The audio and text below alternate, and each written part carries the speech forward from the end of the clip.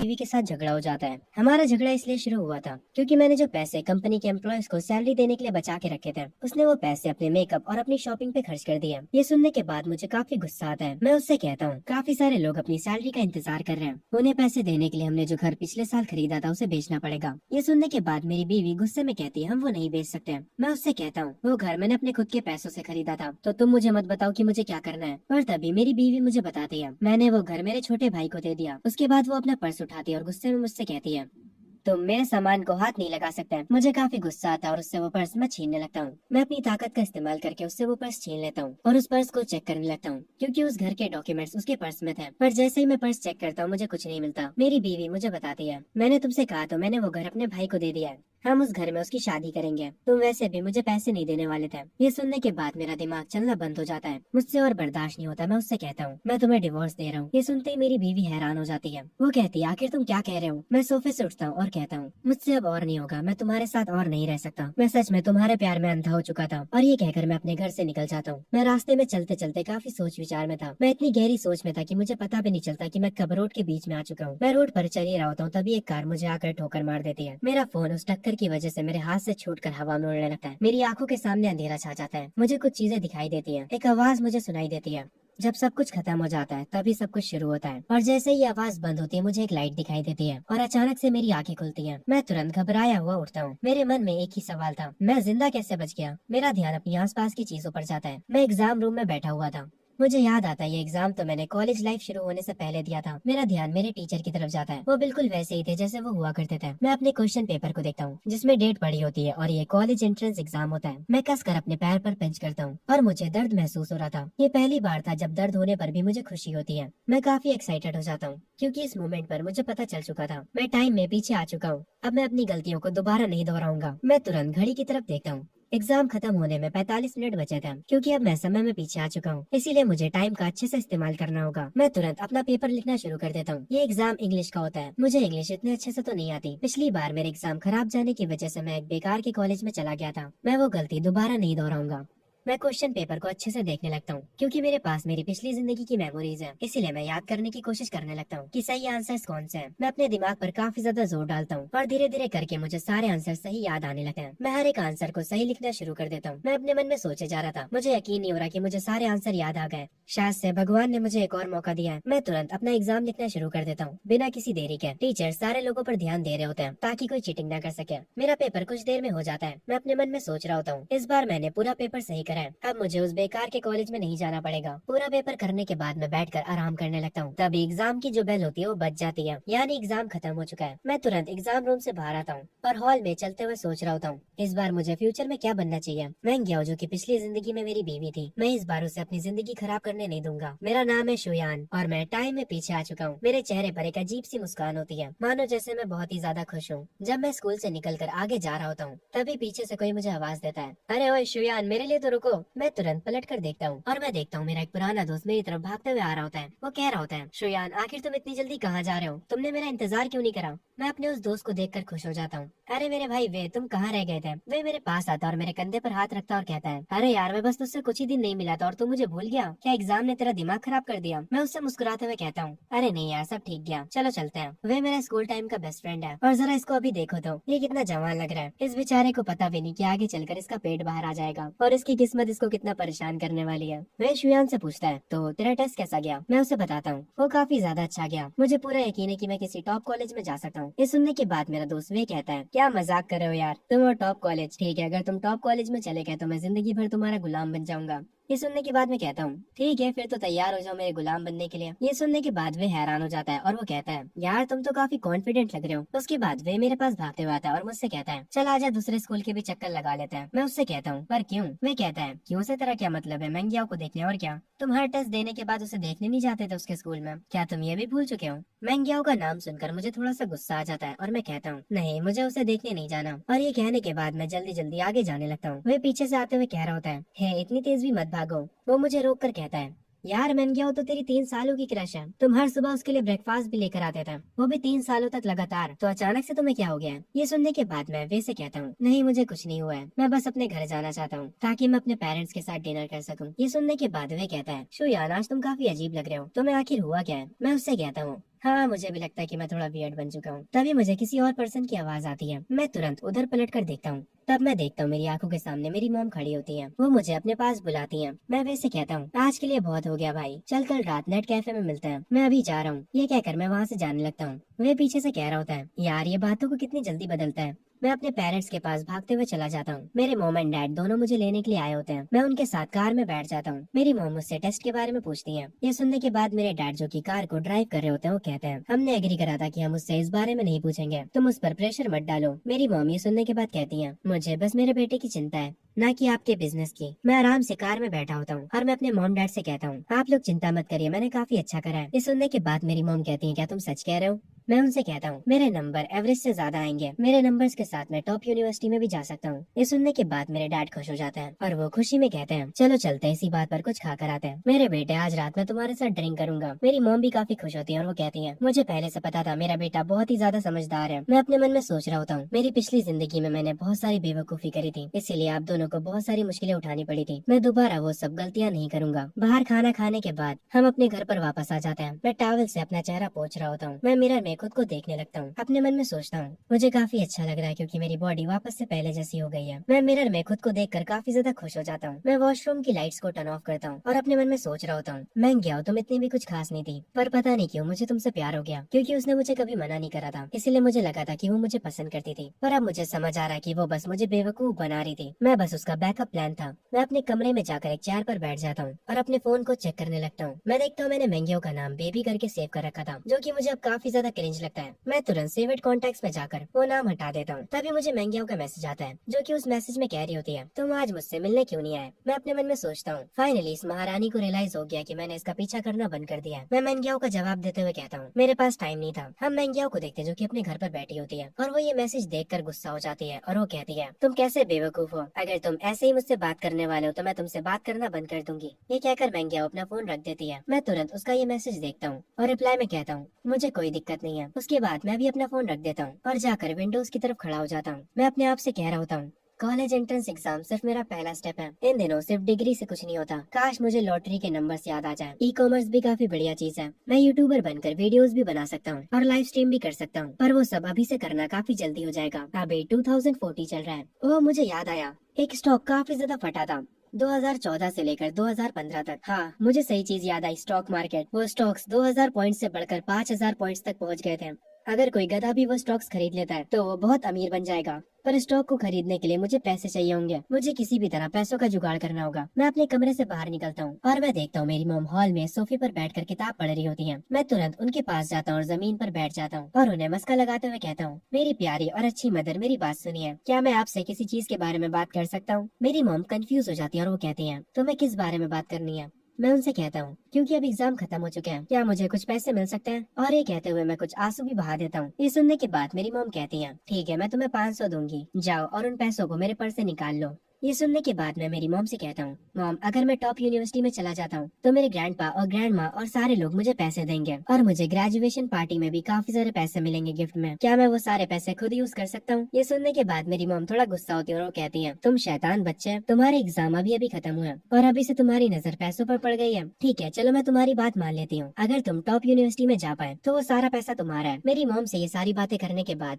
मैं अपने बेड पर जाकर सो जाता हूँ और डायरेक्ट सुबह ही मेरी आंखें खुलती हैं। मैं तुरंत उठता हूँ और अपने रूम से बाहर आ जाता हूँ। मैं फ्रिज में से कुछ एग्स लेता हूँ और किचन में आकर ब्रेकफास्ट बनाने लग जाता हूँ। मैं अपना ब्रेकफास्ट खुद से ही बना रहा था। ये करते हुए मुझे मेरी मॉम देख लेती है। वो मेरे डैड को बुलाते हुए कहती है, जरा यहाँ आइए, देखिए तो जरा हमारा बेटा क्या कर रहा है। मेरे डैड आते हैं और वो मुझे किचन में देखकर काफी हैरान होते हैं और वो कहते हैं, ये तो ब्रेकफास्ट बना रहा है। मैं अपने मन में कह रहा होता हूँ, मैं क्या शादी के बाद कभी भी किचन में नहीं आई थी। मैंने बहुत कोशिश करी थी उसे कुकिंग सिखाने की, वो बस मुझसे गुस्से में कहती थी, अगर तुम घर पे हो तो मुझे खाना बनाने की क्या जरूरत है? अगर मैंने तुमसे शादी करी है तो मैं खाना क्यों बनाऊँ? मैं अपने मन में कहता कहता हूँ क्या पागल औरत थी वो। मैं अपने हाथों से बनाया हुआ खाना टेस्ट करता हूँ और वो काफी अच्छा बना होता है। मैं टेबल पर सबके लिए ब्रेकफास्ट लगा देता हूँ। मेरी मॉम डाइनिंग टेबल पर बैठकर मेरे डैड से कहती है क्या ये हमारे बेटे का कोई डुप्लीकेट तो नहीं है। मैं उन लोगों से कहता हूँ जल्दी से अपना नाश्ता फिनिश करिए वरना आप लोगों को काम के लिए देर हो जाएगी। मेरे डैड को मेरे हाथों का खाना काफी अच्छा लगता है और वो कहते हैं शुयन ये सब तुमने काफी मजेदार बनाया। आखिर तुमने कुकिंग करना कब सीखा। मैं अपने फोन को हाथ में उठाता हूँ और कहता हूँ मैंने खाना बनाना फोन पर देखकर सीखा है। मैं अपने मन में कहता हूँ अभी तक मैंने बस एक बार ही ब्रेकफास्ट बनाया है और ये लोग इतना ज्यादा खुश हो गए। मैं पहले कितना बेकार बेटा हुआ करता था। मैं बाहर वालों की सेवाएं करता था और अपनी फैमिली को बेकार ट्रीट करता था। तभी मेरी मॉम मुझसे पूछती है शुयन छुट्टियों के लिए तुम्हारा क्या प्लान है। तभी सीन शिफ्ट होता है मैंगियाओ पर। वो अपना फोन उठाती है और शुयन के साथ अपनी चैट्स देखती है। शुयन ने अभी तक उसको कोई भी मैसेज नहीं किया होता। वो समझ नहीं पा रही थी कि आखिर शुयन को हुआ क्या है। वो शुयन को मैसेज करते हुए कहती है आखिर चल क्या रहा है। क्या तुम आज भी मुझसे मिलने नहीं आने वाले हो। अगर तुम आज नहीं आए तो मैं कभी भी तुमसे बात नहीं करूंगी। मैंगियाओ काफी ज्यादा गुस्सा होती है। सीन वापस से शुयन के ऊपर शिफ्ट होता है। शुयन अपना फोन चला रहा होता है और वो कहता है मैं इस बार अपनी लाइफ को एंजॉय करूंगा। वो अपने दोस्तों से बात कर रहा होता है और उनसे कहता है ठीक है मैं तुमसे वहीं पर मिलूंगा जहाँ पर मैं तुमसे हमेशा मिलता हूँ। सीन वापस से मैंगियाओ के ऊपर शिफ्ट होता है। वो घर पर लेटी टीवी देख रही होती है। फिर वो अपना फोन उठाती है और अपनी एक दोस्त को कॉल करती है और उसे बताती है पता नहीं शुयन के साथ क्या हुआ है। पहले वो मुझे हर दिन गुड नाइट और गुड मॉर्निंग के टेक्स्ट भेजा करता था पर कल से तो उसने मेरा रिप्लाई भी नहीं किया है। वो मुझे नखरे दिखा रहा है। मैंगियाओ की दोस्त कहती है उसे इग्नोर करो और फिर वो भागता भागता खुद तुम्हारे पास आ जाएगा। जब उसे पता चलेगा कि तुम्हें इग्नोर करके उसे कुछ नहीं मिलने वाला तो वो तुम्हें और ज्यादा स्पॉइल करेगा। मैंगियाओ कहती है इन ट्रिक्स का यूज करके वो मेरी अटेंशन लेना चाहता है। मैं कुछ ज्यादा ही स्मार्ट हूँ उसके इस छोटे से गेम में फंसने के लिए। तभी सीन शिफ्ट होता है हमारे एमसी और उसके दोस्त वे के ऊपर। वे काफी हैरानी में कहता है आखिर तुझे आज हुआ क्या है। तुम पार्ट टाइम जॉब स्टार्ट कर रहे हो। मैं उससे कहता हूँ तुम्हें क्या लगता है हम पढ़ाई क्यों करते हैं। वे जवाब में कहता है हम पढ़ाई एक अच्छे कॉलेज में जाने के लिए करते हैं ताकि हम एक अच्छी यूनिवर्सिटी में जा सके। मैं वे से कहता हूँ तुम एक अच्छे कॉलेज क्यों जाना चाहते हो। वे कहता है ताकि हमें एक अच्छी जॉब मिल सके। मैं उससे कहता हूँ तुम्हें जॉब क्यों करनी है। वे थोड़ा हैरान होता और कहता है ताकि हम पैसे कमा सके। मैं एक्साइटेड हो जाता हूँ और उससे कहता हूँ अब तुम आए हो ना काम की बात पे। पैसा कमाना ही मैटर करता है। ये सुनने के बाद वे हैरान हो जाता है। मैं आगे चलते हुए उससे कह रहा होता हूँ अगर तुम अभी कोई पार्ट टाइम जॉब नहीं ढूंढ लेते तो जब कॉलेजेस की छुट्टियाँ चालू होंगी तब तुम्हें कोई भी जॉब नहीं मिलने वाली। मैं एक शॉप पर रुकता हूँ और उनसे कहता हूँ प्लीज हमारे लिए 2 लेमनेड्स लेकर आइए। वो शॉपकीपर कहती है आपकी 2 ड्रिंक्स के हुए $16। ये सुनने के बाद मैं वे से कहता हूँ चल बे वे पैसे निकाल। आज मेरी ड्रिंक के पैसे तुम दोगे। जब मैं अमीर हो जाऊंगा तब मैं तुम्हें $30 की स्टारबक्स की कॉफी पिलाऊंगा। वे बेचारे को घंटा को समझ नहीं आता। वो ड्रिंक्स के पैसे दे देता है। ये लोग आगे चलकर एक जगह पर बैठकर अपनी ड्रिंक्स पीने लगते हैं। अरे शुयन मैं तुझे कुछ बताना चाह रहा था। मेरे पेरेंट्स ने मुझसे कहा है कि अगर मैं टॉप कॉलेज में चला जाता हूँ तो वो मुझे अच्छे खासे पैसे देंगे। ये सुनने के बाद मैं कहता हूँ पर तुम अच्छे कॉलेज में नहीं जाने वाले। उम्मीद छोड़ दो। वे कहता है तुम्हें कैसे पता मैं टॉप कॉलेज में नहीं जाने वाला। मैं उससे कहता हूँ असल में मुझे कल रात सपना आया था कि बहुत मुश्किल से ही तुम सेकंड ईयर पर पहुंचे हो और मैंने अपने सपने में तुम्हारी बीवी को भी देखा और ये भी देखा कि वो तुम पर चीट कर देती है। ये सुनने के बाद वे गुस्सा हो जाता है और वो कहता है अबे तेरी तो तू क्या बात कर रहा है। तू अब अपने दोस्त को श्राप देगा। ये सुनने के बाद मैं हंसता हूँ और कहता हूँ अरे ठीक है यार कोई ना होता है। चलो उस जगह पर भी चलते हैं। मैं अपने हाथ को पॉइंट आउट करता हूँ एक मीट म्यूजिक पब की तरफ। वे कहता है नहीं यार मैं नहीं जाऊंगा मैं बहुत ज्यादा थका हुआ हूँ। मैं मुस्कुराते हुए उससे कहता हूँ ठीक है अगर तुम्हें नहीं जाना तो तुम मत जाओ मैं तो जा रहा हूँ। उसके बाद मैं उस शॉप में आ जाता हूँ। मैं उनसे पूछता हूँ हाय क्या आप समर वर्कर्स को हायर कर रहे हैं। एक एम्प्लॉय टेबल को क्लीन करते हुए कहती है हमारे बॉस अभी पीछे वाले रूम में आप थोड़ा इंतजार करिए। ये कहकर वो एम्प्लॉय बॉस को बुलाने चली जाती है। तभी मेरे पीछे से कोई बोलता और कहता है हे हैंडसम जरा इधर देखो। मैं जब उधर पलट कर देखता हूँ तो वो एक लड़की होती है जो कि काफी सुंदर दिख रही होती है। वो मुझसे कहती है क्या तुम जॉब ढूंढ रहे हो। मैं उस लड़की से कहता हूँ हाँ मैं इस समर के लिए जॉब ढूंढ रहा हूँ। मैंने कुछ टाइम पहले अपने कॉलेज एंट्रेंस एग्जाम को फिनिश करा है इसीलिए अब मैं फ्री हूँ। वो लड़की सोफे पर बैठ जाती है और कहती है क्या तुम्हारे पास कोई स्किल्स है। मैं उससे कहता हूँ हाँ मेरी स्किल्स काफी ज्यादा है। ये सुनकर वो लड़की हंसती है और मुझसे कहती है ठीक है मैं अब तुमसे मजाक करना बंद करती हूँ। तुम खड़े क्यों हो तुम भी बैठ जाओ। मैं सोफे पर बैठ जाता हूँ। वो लड़की कहती है हमारी शिफ्ट 5 बजे से लेकर 11 बजे तक है। सैलरी 2800 से ज्यादा होगी और अगर तुम कोई भी छुट्टी नहीं करते हो तो 150 एक्स्ट्रा मिलेंगे। ये ऑफर कैसा है। ये सुनने के बाद मैं अपने मन में सोचने लग जाता हूँ इस हिसाब से मुझे हर दिन 6 घंटे काम करना पड़ेगा। ये जॉब बाकी की जॉब से इजी है और सैलरी भी काफी ज्यादा है। मैं बिना देर करे उस लड़की से कहता हूँ मुझे कोई दिक्कत नहीं है तो मैं काम कब से शुरू कर सकता हूँ। वो लड़की मुझसे कहती है तुम आज से ही काम स्टार्ट कर सकते हो। मैं ये सुनकर थोड़ा हैरान होता हूँ और उस लड़की से कहता हूँ क्या मैं कल से नहीं शुरू कर सकता। असल में मुझे पहले अपनी फैमिली से बात करनी होगी। वो लड़की कहती है ठीक है कोई बात नहीं। मैं उस लड़की को अपना नाम बताता हूँ और उससे कहता हूँ आपका नाम क्या है बॉस लेडी। वो कहती है मेरा नाम पे यूवी है। मैं उस शॉप से निकलते हुए कहता हूँ तो मैं आपसे कल मिलता हूँ मिस यूवी। जब हमारा एमसी यहाँ से जा रहा था तब वो लड़की यानी यूवी अपने मन में कह रही होती है एक्चुअली हमारे पास लोगों की कमी नहीं है पर इस जैसे लड़के का यहाँ होना काफी मजेदार होगा। मैं तुरंत अपने दोस्त वे के पास जाता हूँ और उससे कहता हूँ मुझे नौकरी मिल गई चलो अब यहाँ से चलते हैं। वे ये सुनने के बाद काफी हैरान होता है और वो कहता है तूने क्या कहा क्या जॉब पाना इतना ईजी होता है। मैं उससे कहता हूँ और क्या, तुमने मौका गवा दिया। जो वहाँ की ओनर है वो काफी ज्यादा हॉट है, वो काफी ज्यादा सुंदर है और उसकी आवाज काफी प्यारी है, उसके बाल बहुत लंबे हैं और वो खुद भी काफी लंबी है। ये सुनने के बाद वी कहता है, अरे यार मुझे भी उससे मिलवाओ। ये सुनने के बाद मैं कहता हूँ, हाँ हाँ सपने मत देखो, खुद से जाओ अगर तुम्हें उससे देखना है तो। ये सुनने के बाद वे कहता है, अरे यार चलो भी ना। मैं वे से कहता हूँ, हे वे तुम अमीर बनना चाहते हो? वे कहता है, ऑफ कोर्स यार। मैं वे से कहता हूँ, तो मुझे कुछ पैसे उधार दे दो। ऐसा तो मेरे दोस्त भी करते हैं मेरे साथ। खैर स्टोरी पर वापस आते हैं। मैं वे से कहता हूँ, मैं तुम्हें अगले साल डबल पैसे वापस करूंगा। वे कहता है, तुम क्या करने वाले हो? मैं उससे कहता हूँ, मुझे एक जगह के बारे में पता है, एक इंटरनेट कैफे जहाँ पर अगर तुम 500 डिपॉजिट करोगे तो तुम्हें 1000 का बोनस मिलेगा। वह ये सुनने के बाद कहता है, तुम मुझसे मजाक करना बंद करो। मैं वे को एक पेड़ की तरफ इशारा करते हुए कहता हूँ, तुम्हें वो पत्ती दिख रही है जो सबसे ऊपर है? अगर तुमने उसे छू लिया तो तुम बॉस हो। वे और मैं तुरंत जाकर उस पत्ती को छूने के लिए जंप करने लगता है। मुझे काफी मजा आ रहा था ये करने में। तभी वे उस पत्ती को छू लेता है। हम बैठ जाते हैं। वे मुझसे कहता है, हे शुयन तुमने वो देखा ना, मैंने उस पत्ती को टच कर लिया था। हम दोनों ही घास पर बैठकर हंसने लगते हैं। तभी मैं वे से कहता हूँ, वे तुम काफी लकी हो क्योंकि मैं तुम्हारा दोस्त हूँ इस लाइफ में। अगर मैं कभी अमीर बनता हूँ तो तुम भी मेरे साथ हो गया। ये सुनने के बाद वे कहता है, वो तो हमारा फ्यूचर ही बताएगा। सीन शिफ्ट होता है मेरे घर पर। मैं अपने मॉम एंड डैड के साथ बैठा होता हूँ और उन्हें अपनी जॉब के बारे में बता देता हूँ। ये सुनने के बाद मेरी मॉम कहती है, नहीं तुमने अभी कॉलेज एग्जाम फिनिश करा है तो तुम अभी से ही काम क्यों करना चाहते हो? तुम आराम से बस घर पर मजे करो। मैं मेरी मॉम से कहता हूँ, मॉम मुझे बस 2 महीनों के लिए काम करना है और उसके बाद जो पैसे मैं कमाऊंगा उससे मैं ट्रैवल करूंगा। ये सुनने के बाद मेरी मॉम कहती है, तुम कहाँ ट्रैवल करना चाहते हो और उसके लिए तुम्हें कितने पैसे चाहिए? वो पैसे मैं तुम्हें दूंगी। मैं अपना सर पकड़ लेता हूँ। मॉम को मनाना कितना मुश्किल है। मैं अपने डैड को आवाज देता हूँ ताकि वो इस मैटर के बीच आ सके। मेरे डैड मेरी बात इशारों से ही समझ जाते हैं। वो मॉम से कहते हैं, शुयान अब बड़ा हो चुका है, काम करने से उसे एक्सपीरियंस मिलेगा, इसीलिए ज्यादा चिंता करना बंद करो। ये सुनने के बाद मॉम कहती है, तो अब तुम दोनों आपस में मिल गए हो? वो गुस्सा हो जाती है। मैं मॉम से कहता हूँ, मॉम रिलैक्स हो जाइए, अगर डैड और आपकी फाइट होती है तो मैं आपकी साइड लूंगा। ये सुनने के बाद डैड कहते हैं, अरे तुम कितने पलटू आदमी हो यार, मैं यहाँ पर तुम्हारे लिए बात कर रहा हूँ और तुम मेरे ही खिलाफ चले गए। इस फैमिली मोमेंट में सब हंसने लगते हैं। तभी शुयन को उसके दोस्त का मैसेज आता है। उस मैसेज में लिखा होता है, क्या तुमने ग्रुप चैट चेक करी? 2 दिनों बाद क्लास के सारे लोग मिल रहे हैं, हम वहाँ पर कैरियोके जाएंगे और साथ में डिनर भी करेंगे। शुयन अपने दोस्त से कहता है, मैं अभी बिजी हूँ, तुम पार्टी के लिए भी बिजी हो? मैंग्याओ भी वहाँ पर आएगी? मैं रिप्लाई में अपने दोस्त को कहता हूँ, वो आए या ना आए मुझे उससे क्या। मेरा दोस्त मुझे कहता है, बस भी कर यार, नॉनचेलेंट बनने की एक्टिंग मत कर। अगर ऐसा ही है तो दोबारा तू कभी महंगियाओं से बात मत करना। मैं अपने फोन को साइड में रख देता हूँ और अपने कंप्यूटर को देखने लग जाता हूँ। तभी से शिफ्ट होता है अगले दिन उसी शॉप में। शुयन यहाँ पर आ चुका होता है। वो कहता है, बॉस मैं आ गया। मेरी बॉस कहती है, ओह तुम तो सच में आ गए।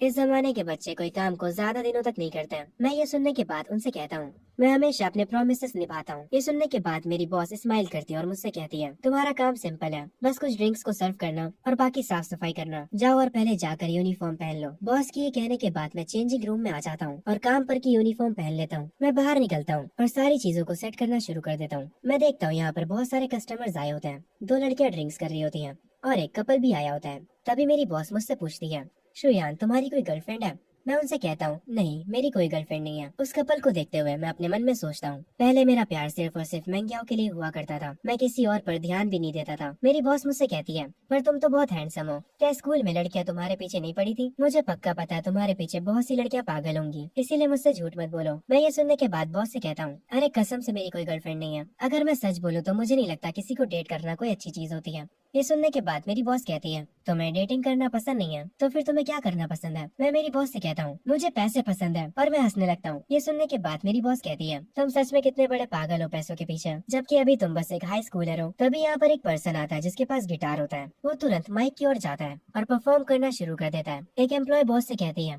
मैडम ये आज फिर से देर से आया है। बॉस कहती है, अरे छोड़ो, इन दिनों अच्छे सिंगर्स को ढूंढना बहुत मुश्किल काम है। वो सिंगर अपना परफॉर्मेंस शुरू कर देता है। मैं तुरंत बॉस के पास जाता हूँ और कहता हूँ, आखिर ये बंदा एक दिन में कितने कमा लेता होगा? मेरी बॉस मुझसे कहती है, ये 2 घंटे गाना गाने का $150 चार्ज करता है। तो मैं इससे जलन तो नहीं होगी? वो सिंगर अपने स्टेज पर आराम से परफॉर्म कर रहा होता है। उसकी सिंगिंग को सुनकर मैं अपनी बॉस से कहता हूँ, पर वो इतना भी अच्छा नहीं गा रहा है। ये सुनने के बाद मेरी बॉस कहती है, अगर तुम्हें लगता है कि ये अच्छा नहीं गा पा रहा है तो कैसा रहेगा आज रात इसके बाद तुम गाओ, अगर तुम इससे बेटर गाते हो तो मैं तुम्हें $100 एक्स्ट्रा दूंगी। ये सुनने के बाद मैं थोड़ा सोच में पड़ जाता हूँ और अपने मन में कहता हूँ, पिछली जिंदगी में मैंने कुछ सालों तक गिटार की प्रैक्टिस करी थी ताकि मैं महंगियाओं को इम्प्रेस कर सकूँ। तो हाँ मैं गिटार बजा सकता हूँ। मैं बॉस से कहता हूँ, हाँ ये ठीक है मैं कर लूंगा। तभी मेरे फोन पर किसी का मैसेज आता है और मैं अपने फोन को पलट कर रख देता हूँ। ये देखने के बाद मेरी बॉस कहती है, तुम रिप्लाई क्यों नहीं कर रहे हो? तुम्हारी गर्लफ्रेंड को तुम्हारी चिंता हो रही होगी। मैं अपनी बॉस को बताता हूँ, वो नोटिफिकेशन क्लास रियूनियन की थी, मैंने उनसे कह दिया कि मैं नहीं आने वाला। ये सुनते ही मेरी बॉस कहती है, तो ये बात है, हाई स्कूल रियूनियन जल्दी नहीं हुआ करता है, तुम्हें वहाँ पर जाना चाहिए। क्या तुम काम से छुट्टी मांगने के लिए शर्मा रहे हो? मैं टेबल को साफ करते हुए कहता हूँ, नहीं ऐसा नहीं है, असल में मुझे रियूनियंस काफी बोरिंग लगता है। मेरी बॉस मुझसे कहती है, कोई बात नहीं, मैं तुम्हें छुट्टी दे रही हूँ, तुम कल काम पर मत आना। वैसे भी अगर एक पर्सन गायब होगा तो शॉप को कोई नुकसान नहीं होगा। ये सुनने के बाद मैं मेरी बॉस से कहता हूँ, ठीक है मैं समझ गया, आपका शुक्रिया। मैं ड्रिंक्स के गिलास को अपने हाथों पर पकड़े होता हूँ और अपने मन में कहता हूँ, ठीक है मैं गया हूँ, टाइम आ चुका है जब तुम एक नए शुयान से मिलोगी। मैं वो ड्रिंक सारे कस्टमर्स में सर्व कर देता हूँ। मैं वापस आकर बॉस से बातें कर रहा होता हूँ। तभी वो सिंगर अपना परफॉर्मेंस खत्म करके यहाँ से जाने लगता है, पर मेरी बॉस उसे रोक लेती है और कहती है, हे देखो हमारे यहाँ पर एक नया समर वर्कर आया है, इसका नाम शुयान है और ये गाना भी गा सकता है, क्या तुम बैकअप में इसके साथ गाना गाओगे? ये सुनने के बाद वो सिंगर गुस्सा हो जाता है और वो कहता है, मैं इसके लिए प्ले करूंगा। मैं उस सिंगर से कहता हूँ, हे भाई क्या मैं कुछ समय के लिए तुम्हारा गिटार ले सकता हूँ? वो सिंगर गुस्से में मुझसे कहता है, तुझे ये बजाना भी आता है? मैं भी थोड़ा एटीट्यूड में कहता हूँ, हाँ मुझे आता है। वो सिंगर मुझे अपना गिटार दे देता और कहता है, ये लो और इसे खराब मत कर देना। मैं उस गिटार को लेकर स्टेज पर पहुंच जाता हूँ और उससे बजाना शुरू कर देता हूँ। मेरी उंगलियां गिटार की स्ट्रिंग्स को छू रही थी। मैं अपने मन में सोच रहा होता हूँ मुझे कौन सा गाना गाना चाहिए। मुझे कोई मॉडर्न गाना चूज करना चाहिए जो कि यहाँ पर सबको पसंद आए। ठीक है अब मैं गाना शुरू करता हूँ। मैं गाना गाना शुरू करता हूँ। मेरी बॉस मुझे देखने लग जाती है और सिर्फ मेरी बॉस ही नहीं बल्कि वहाँ के हर एक कस्टमर का ध्यान मुझ पर आ जाता है। मैं अपनी पुरानी मेमोरीज को याद करते हुए गाना गा रहा होता हूँ, इसीलिए मेरी आवाज में इमोशंस होते हैं जो कि उस सिंगर तक को हैरान कर देते हैं। उस शॉप की वेट्रेस भी मुझे देखने लग जाती है। मेरा पूरा फोकस गाने पर होता है। कुछ देर में गाना खत्म हो जाता है और जैसे ही गाना खत्म होता है सारे लोग मेरे लिए तालियां बजाना शुरू कर देते हैं। शॉप का हर एक कस्टमर मेरी तारीफ कर रहा होता है। मेरी बॉस भी मेरे लिए क्लैपिंग करने लगती है। मैं स्टेज से उतरकर बॉस के पास आ जाता हूँ। मैं काफी शर्मा रहा होता हूँ। मैं मेरी बॉस से कहता हूँ, आखिर सब लोग मुझे ही क्यों देख रहे हैं? मेरे साथ काम करने वाली दूसरी वेट्रेस मुझसे कहती है, शुयान तुम काफी अच्छा गाना गाते हो। मेरी बॉस कहती है, ये गाना सिर्फ अच्छा ही नहीं था बल्कि शुयान इस गाने को पूरे इमोशंस के साथ गा रहा था। वो सिंगर मुझसे आकर तुरंत अपना गिटार छीन लेता है और शॉप से तुरंत चला जाता है। मैं बॉस से पूछता हूँ, क्या वो सिंगर ठीक है? मेरी बॉस कहती है, उसके बारे में चिंता मत करो, मेरे पास आओ, अपना फोन बाहर निकालो और मुझे अपने वीचैट की आईडी दो। चलो हम एक दूसरे को ऐड करते हैं। मैंने तुम्हें $100 का बोनस देने के लिए कहा था। मैं अपनी आंखें नीचे करके बॉस से कहता हूँ,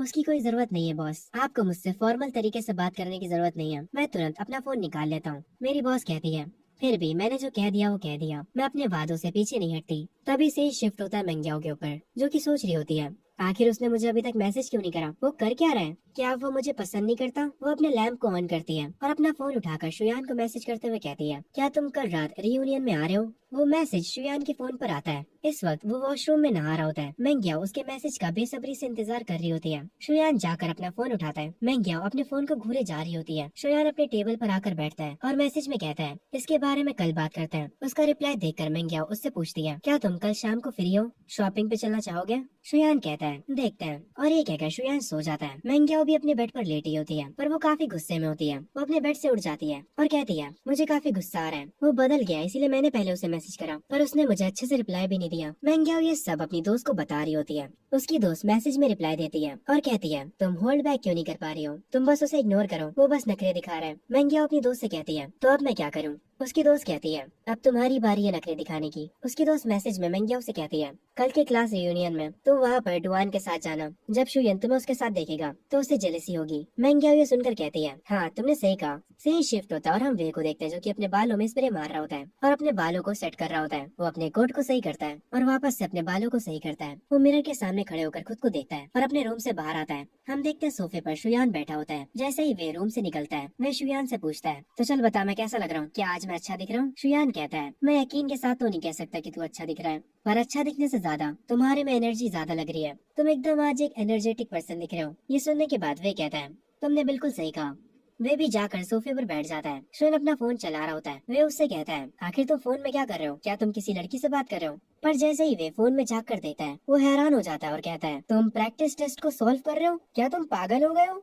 हमारे कॉलेज एंट्रेंस एग्जाम खत्म हो चुके हैं। ये सुनने के बाद मैं कहता हूँ, अरे यार तुम खुद से कुछ भी मत सोचा करो, ये फॉर्म ड्राइविंग टेस्ट के लिए है। जब हम कॉलेज चले जाएंगे तो इन सब के लिए हमारे पास टाइम नहीं होगा। ये सुनने के बाद वे थोड़ा घबरा जाता है और वो कहता है, हे शुयान, क्या मेंग्याओ ने तुम्हें छोड़ दिया है और उसी वजह से तुम पागल हो गए हो? मैं अभी भी फोन में फॉर्म भर रहा होता हूँ और वे से कहता हूँ, मैंने तुमसे कहा तो था मुझे मैंगियाओ से कोई मतलब नहीं है। ये सुनते ही मेरा दोस्त वे कहता है सच में मुझे यकीन नहीं होता। सी शिफ्ट होता हाई स्कूल के बाहर, सारे स्टूडेंट्स रियूनियन के लिए यहाँ पर आ चुके होते हैं। शुयान अभी भी अपने फोन में लगा होता है। वे मॉनिटर से कहता है, मॉनिटर ऑलरेडी 5 बज चुके हैं, चलो अभी अब कुछ खाने चलते हैं। मॉनिटर किसी को फोन लगा रहा होता है। वो वे से कहता है, अभी भी मेयोंग और शियान और डुआन मिसिंग है, तुम लोगों को पता है वो कहाँ पर है? ये सुनने के बाद शुयान कहता है, मुझे कैसे पता होगा। तभी बाकी के कुछ मिसिंग स्टूडेंट्स यहाँ पर आ जाते हैं, पर यहाँ पर अभी भी मेंग्याओ और डुआन नहीं आए होते हैं। ये देखने के बाद वे हैरान होता है। शुयान अभी भी अपने फोन में कुछ कर रहा होता है और वो इतना ध्यान नहीं देता। तभी मॉनिटर को डुआन की कॉल आती है। वो कॉल पर मॉनिटर से कहता है वो और मेंग्याओ साथ में हैं, उन्हें आने में थोड़ा टाइम लग सकता है। ये सुनने के बाद मॉनिटर कहता है, ठीक है तो हम लोग पहले पहुँच जाते हैं एंड कुछ खाने के बाद हम कैरियोके जाएंगे। सही शिफ्ट होता है, ये लोग किसी बढ़िया से रेस्टोरेंट में होते हैं। वे अपनी ड्रिंक को उठाकर कहता है, चलो सारे के सारे चीयर्स करते हैं। सब लोग यहाँ पर डिनर एंजॉय कर रहे होते हैं। यहाँ पर बहुत सारे स्टूडेंट्स होते हैं। उसके बाद ये लोग कैरियोके में जाते हैं। सब लोग बारी बारी से गाना गा रहे होते हैं और एकदम हंसी मजाक का माहौल बना होता है।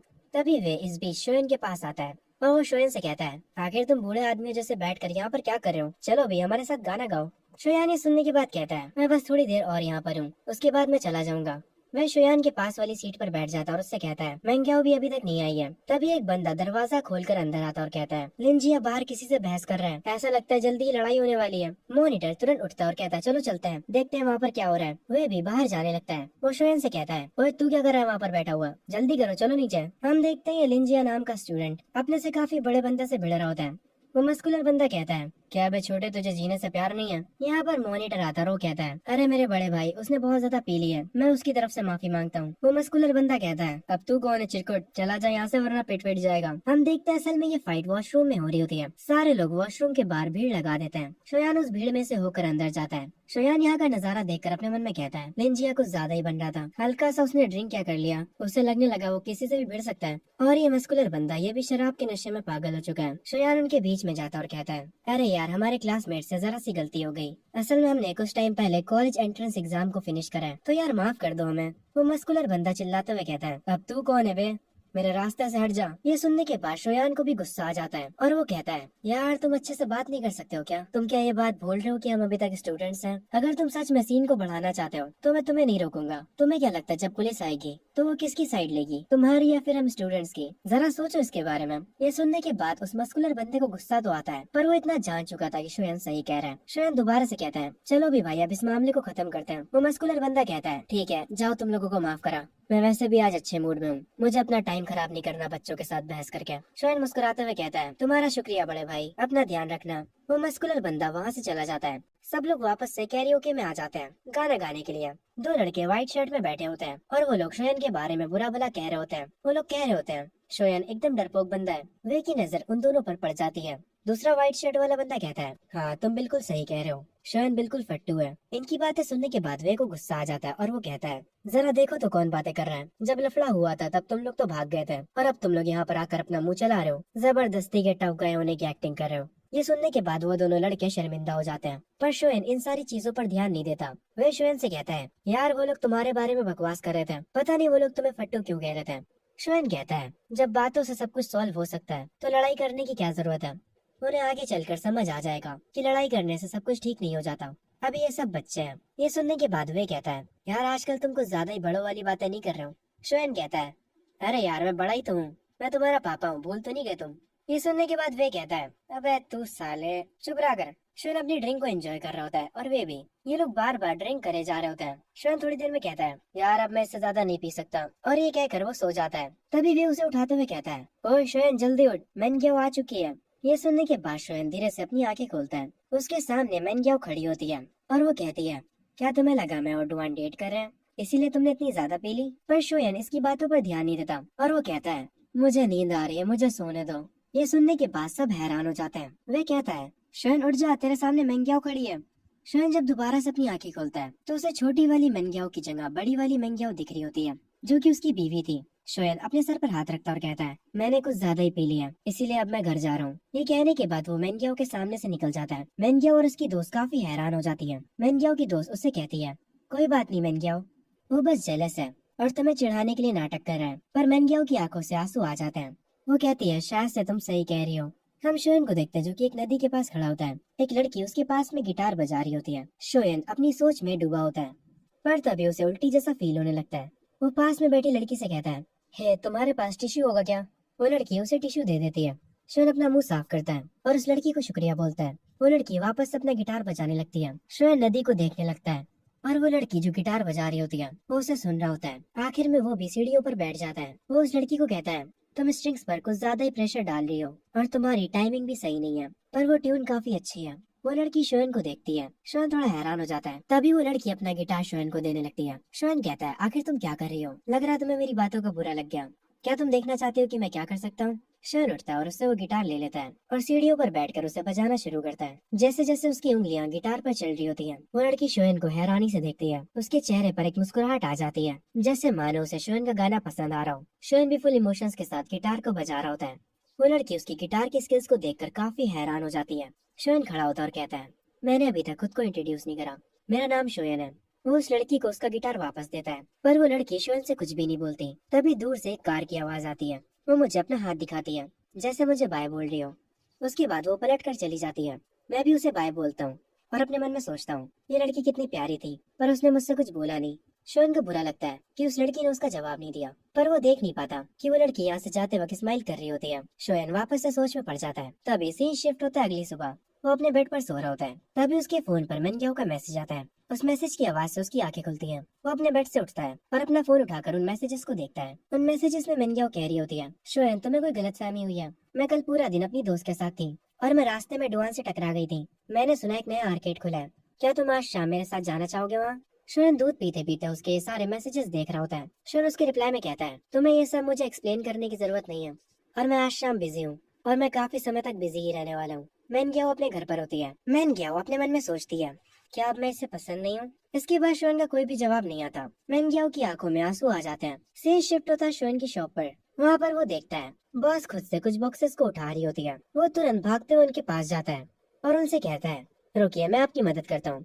उसके बाद शोयन इस काम में उनकी मदद कराता है। वो एक एक करके सारे बॉक्सेस को उनकी जगह पर रख देता है। बॉस एक वेटरेस से कहती है, देखा शोयन हमारे कितने काम आ रहे हैं।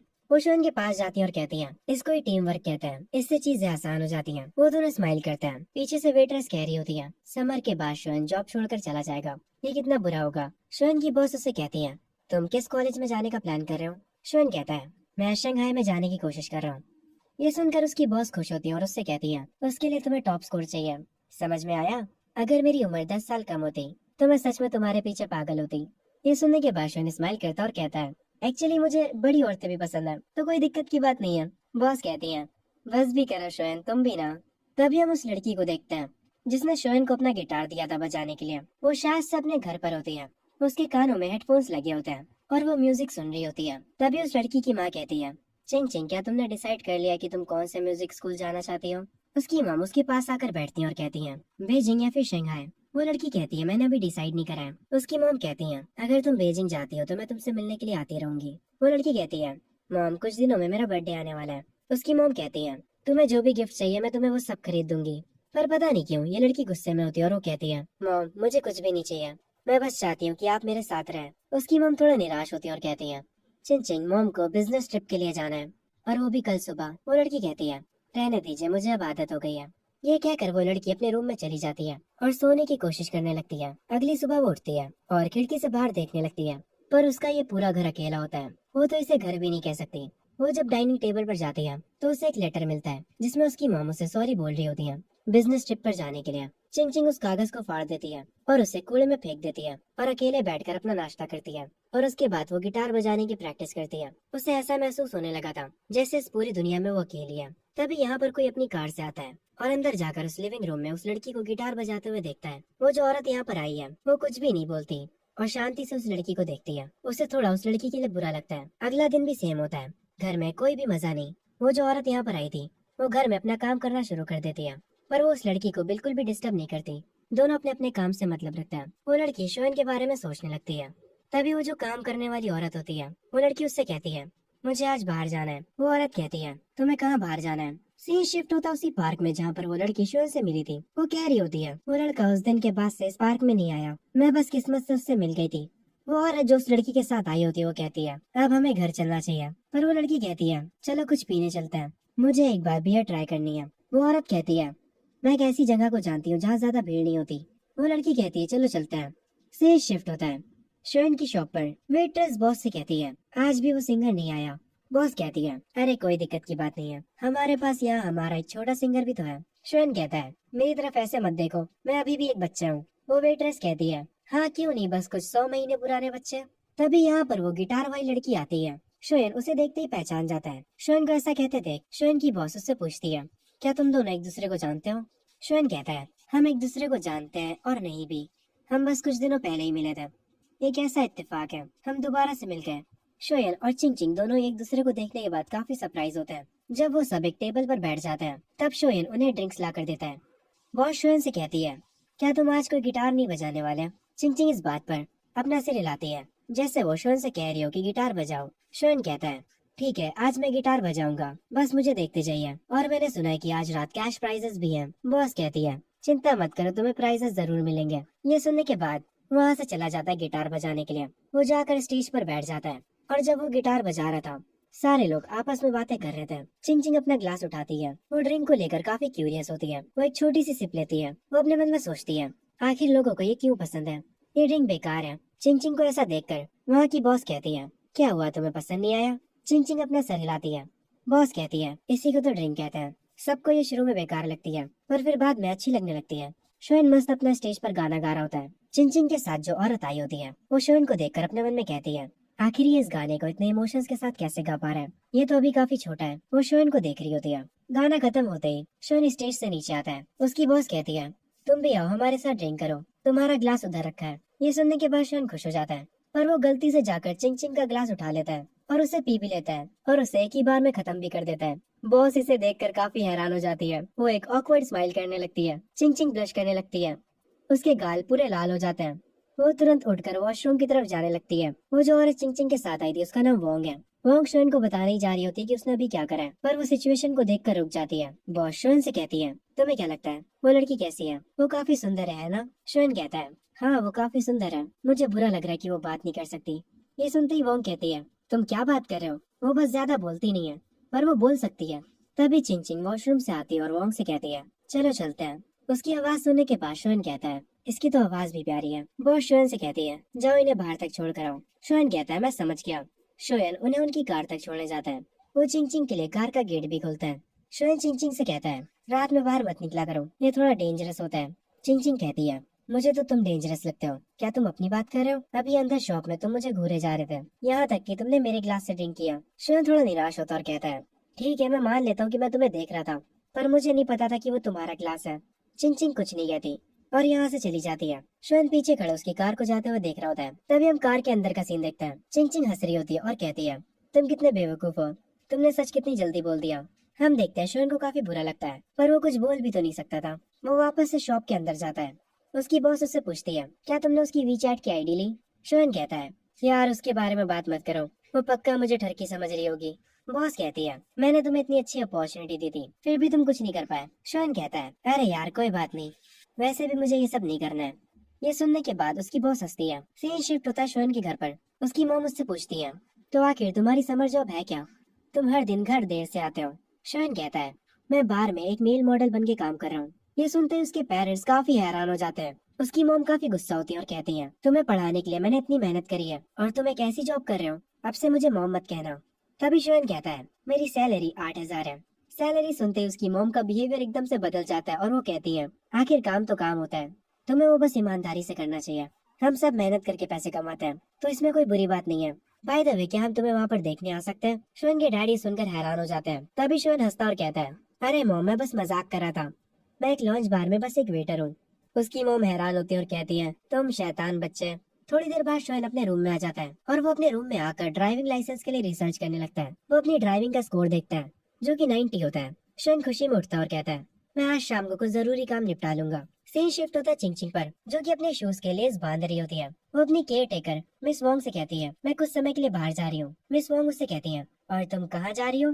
चिंग चिंग कहती है पहले तो मैं जाकर अपने डैड से मिलूंगी और उसके बाद कुछ चीजें खरीदने जाऊंगी। मिस वोंग कहती है ठीक है मैं तुम्हारे साथ चलूंगी, क्या तुम्हारे डैड इस वीकेंड भी अपनी कंपनी में। चिंग चिंग कहती है उन्हें वही होना चाहिए, वैसे भी वो घर से ज्यादा टाइम अपनी कंपनी में बिताता है। सीन शिफ्ट होता है चिंग चिंग के डैड के ऑफिस में और हम देखते हैं यहाँ पर चिंग चिंग आई होती है पर उसके डैड ने उसे नोटिस भी नहीं करा होता। उसके डैड पीछे मुड़ते हैं और अपनी बेटी को देखते हैं। वो उससे कहते हैं, तुमने दरवाजे पर नॉक क्यों नहीं करा, और तुम यहाँ पर क्या कर रही हो? तुम्हारी माँ ने कहा कि तुम आर्ट स्कूल में स्टडी करना चाहती हो, पर मुझे लगता है कि तुम्हें अब्रॉड में स्टडी करना चाहिए। चिंग चिंग गुस्से में कहती है, आपको लगता है कि अगर मैं यहाँ रही तो मैं आपके दूसरी औरतों के साथ अफेयर के बीच में आ जाऊंगी? चिंग चिंग के डैड कहते हैं, मैंने तुमसे पहले ही कहा था बेटा, तुम्हारी मॉम और मैंने डिवोर्स ले लिया एक दूसरे से, काम की वजह से। वो सब छोड़ो, आज तुम्हें मुझसे क्या काम है? चिंग चिंग कहती है, आज रात आप फ्री हैं? चिंग चिंग के डैड कहते हैं, आज रात मेरी एक बहुत ही इंपॉर्टेंट मीटिंग है। चिंग चिंग कहती है, आप कभी फ्री भी होते हैं? और वो यहाँ से जाने लगती है, पर तभी उसके डैड उसका हाथ पकड़ लेते हैं। चिंग चिंग गुस्से में अपने हाथ को छुड़ाते हुए कहती है, मुझे टच मत करिए, आपके लिए मीटिंग ज्यादा जरूरी है मुझसे।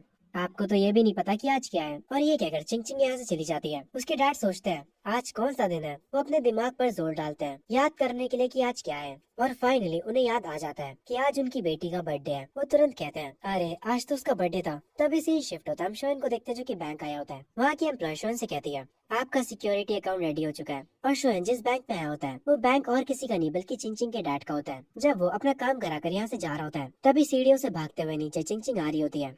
वो शोएन से टकरा जाती है। शोएन उसे देखता है और उससे पूछता है, क्या तुम ठीक हो? अरे ये तो तुम हो।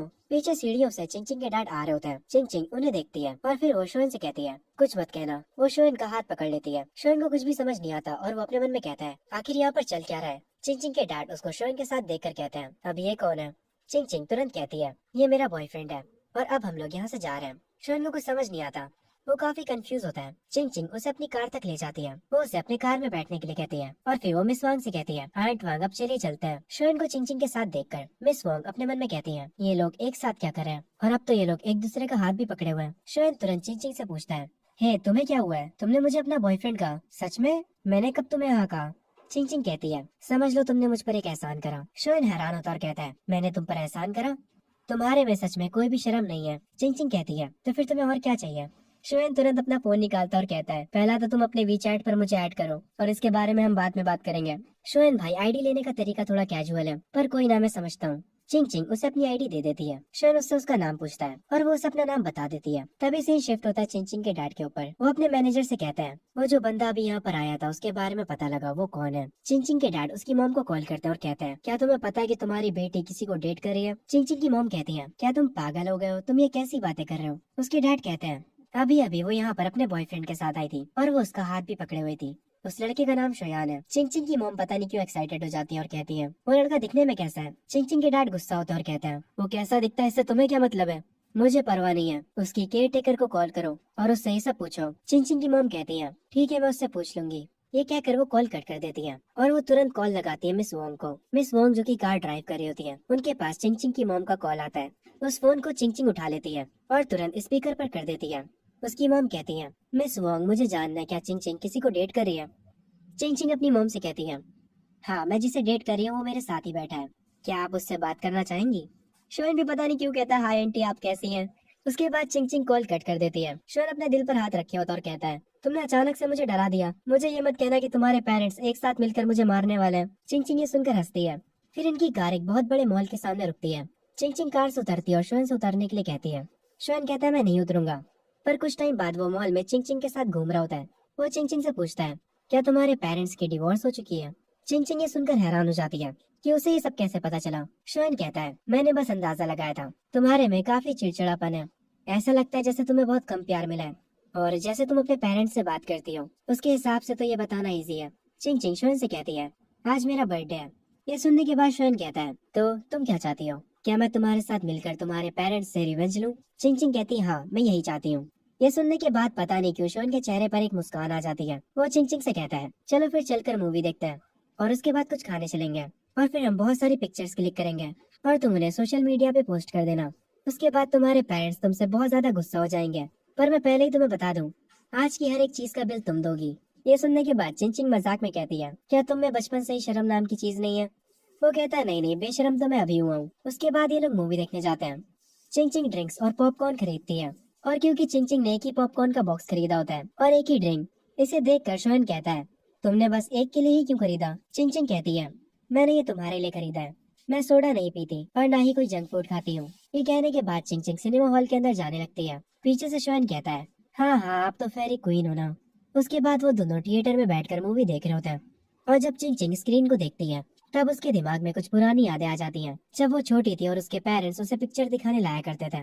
उसे उन अच्छे दिनों की याद आती है। चिंग चिंग काफी देर से कुछ नहीं बोल रही होती। ये देखकर शोन उससे कहता है, हे तुम इतनी देर से कुछ बोल क्यों नहीं रही हो? तुम्हें फोटोज क्लिक नहीं करने क्या, अपने पेरेंट्स को दिखाने के लिए? चिंग चिंग थोड़ी निराश लग रही होती है। उसके बाद वो अपनी जेब से अपना फोन निकालती है और स्क्रीन की पिक्चर क्लिक करने लग जाती है। शोन ये देखकर कहता है, तुम स्क्रीन की पिक्चर क्यों क्लिक कर रही हो? हमें साथ में एक फोटो लेनी होगी। वो उससे उसका फोन ले लेता है और उसके साथ एक पिक्चर क्लिक करता है। पर फोटो खींचते ही चिंग चिंग उससे दूर हो जाती है। उस फोटो को देखने के बाद शोन थोड़ा उदास होता है और कहता है, अगर तुम्हें फोटो नहीं खिंचवानी तो ठीक है, तो मत खिंचाओ। तुम इतनी दूर क्यों बैठी हो? ऐसे हम फोटो नहीं खींच पाएंगे। उसके ये कहते ही चिंग चिंग उसके थोड़े पास आ जाती है। वो ब्लश कर रही होती है। शोन उसे और पास आने के लिए कहता है और उसे स्माइल करने के लिए कहता है। और फाइनली ये लोग एक अच्छी फोटो ले लेते हैं। तभी जो मूवी ये लोग देखने आए थे वो स्टार्ट हो जाती है। जैसे ही मूवी शुरू होती है शोन सो जाता है। चिंग चिंग अपनी और शोन की पिक्चर को देखती है और फिर वो शोन को सोते हुए देखती है। और क्योंकि अब शोन सो चुका है, इसीलिए वो उन दोनों की फोटोज को देखकर स्माइल कर सकती है। वो तुरंत अपना सोशल मीडिया खोलती है और उस फोटो को बिना किसी कैप्शन के पोस्ट कर देती है और अपने अकाउंट से किसी को भी हाइड नहीं करती है। उसकी मॉम जो कि अपनी बिजनेस ट्रिप पर अपने लैपटॉप पर बैठी काम कर रही होती हैं, उनके पास नोटिफिकेशन आता है कि चिंग चिंग ने कुछ पोस्ट करा है। वो तुरंत उसकी पोस्ट को चेक करती हैं और वो हैरान रह जाती हैं। वो तुरंत चिंग चिंग को कॉल करती हैं, पर चिंग चिंग का फोन नहीं लगता। उसकी मॉम तुरंत अपने मैनेजर से कहती है, मेरे वापस जाने की टिकट तुरंत बुक करो। उसके फादर भी ये फोटो देख लेते हैं। उन्हें काफी गुस्सा आता है। वो शोन के फेस पर जूम करते हैं और उसे ध्यान से देखते हैं। शोन भाई बच के रहना, फील्डिंग सेट हो सकती है तुम्हारी। चिंग चिंग के डैड काफी ज्यादा गुस्से में होते हैं और वो कहते हैं, एक सुअर मेरी बेटी को चुराने की कोशिश कर रहा है, उसको उसकी औकात दिखानी होगी। आखिर वो मेरी बेटी के साथ घूम कैसे रहा है? चिंग चिंग के डैड शोन को कॉल करते हैं। शोन जो कि थिएटर में सो रहा होता है, वो अपने फोन के वाइब्रेशन से उठ जाता है। वो अपना फोन उठाता है। चिंग चिंग अपने डैड का नंबर देख लेती है। वो शोन से कहती है, कॉल को काट दो, ये मेरे डैड है। शोन अपने फोन की तरफ देखता और कहता है, उन्हें मेरा नंबर कहाँ से मिला? अरे हाँ, मुझे याद आया, वो बैंक के प्रेसिडेंट हैं, वो किसी का भी नंबर निकलवा सकते हैं। तभी शोन को शौक लगता है। वो कहता है, अरे हाँ, तुम्हारे डैड तो प्रेसिडेंट है। और उसके बाद वो काफी खुश हो जाता है और कहता है, शायद से अब वो मुझे अपने पास बुलाएंगे और मुझे 1 मिलियन या शायद से 10 मिलियन देकर कहेंगे, मेरी बेटी से दूर हो जाओ, मैंने ये सब मूवीज में होते देखा है। शोन की ये बात सुनकर चिंग चिंग हंसने लग जाती है और कहती है, सपने देखना बंद करो। शोन कहता है, तुम्हें क्या लगता है मैं उनसे पैसे ले लूंगा? चिंग चिंग कहती है, तो क्या तुम्हारा पैसे लेने का इरादा है? शोन कहता है, अरे यार, मिलियन तो दूर की बात है, अगर वो मुझे $1000 भी देंगे तब भी मैं दूर चला जाऊंगा। चिंग चिंग ये सुनने के बाद हल्का सा उसे मारती है। उसके बाद वो लोग थिएटर से निकल आते हैं। इन लोगों ने मूवी देख ली होती है और फोटोज भी ले लिए होते हैं। शोन कहता है, अब मैं घर जा रहा हूँ। चिंग चिंग कहती है, तुम डिनर पे नहीं चलोगे मेरे साथ? शोन कहता है, अभी तो मेरा पेट भरा है। वैसे मुझे ये बताओ, तुम कौन से कॉलेज जाने वाली हो? चिंग चिंग सोच में पड़ जाती है। शोन कहता है, ठीक है, भूल जाओ मैंने कुछ पूछा, वैसे मैं शंघाई में जा रहा हूँ। चिंग चिंग कहती है, मैं वॉशरूम होकर आती हूँ। शोन वहाँ खड़ा रहकर उसका वेट करता है। वो इधर उधर देख रहा होता है। तभी उसे कुछ गेमिंग मशीन दिख जाती है। वो उन मशीन्स के पास जाते हुए सोच रहा होता है, मेरी पास लाइफ में मैंने टैडी निकालने की कितनी कोशिश करी थी ताकि मैं मेंग्याओ को इम्प्रेस कर सकूं, पर मैं बार बार फेल हो जाता था।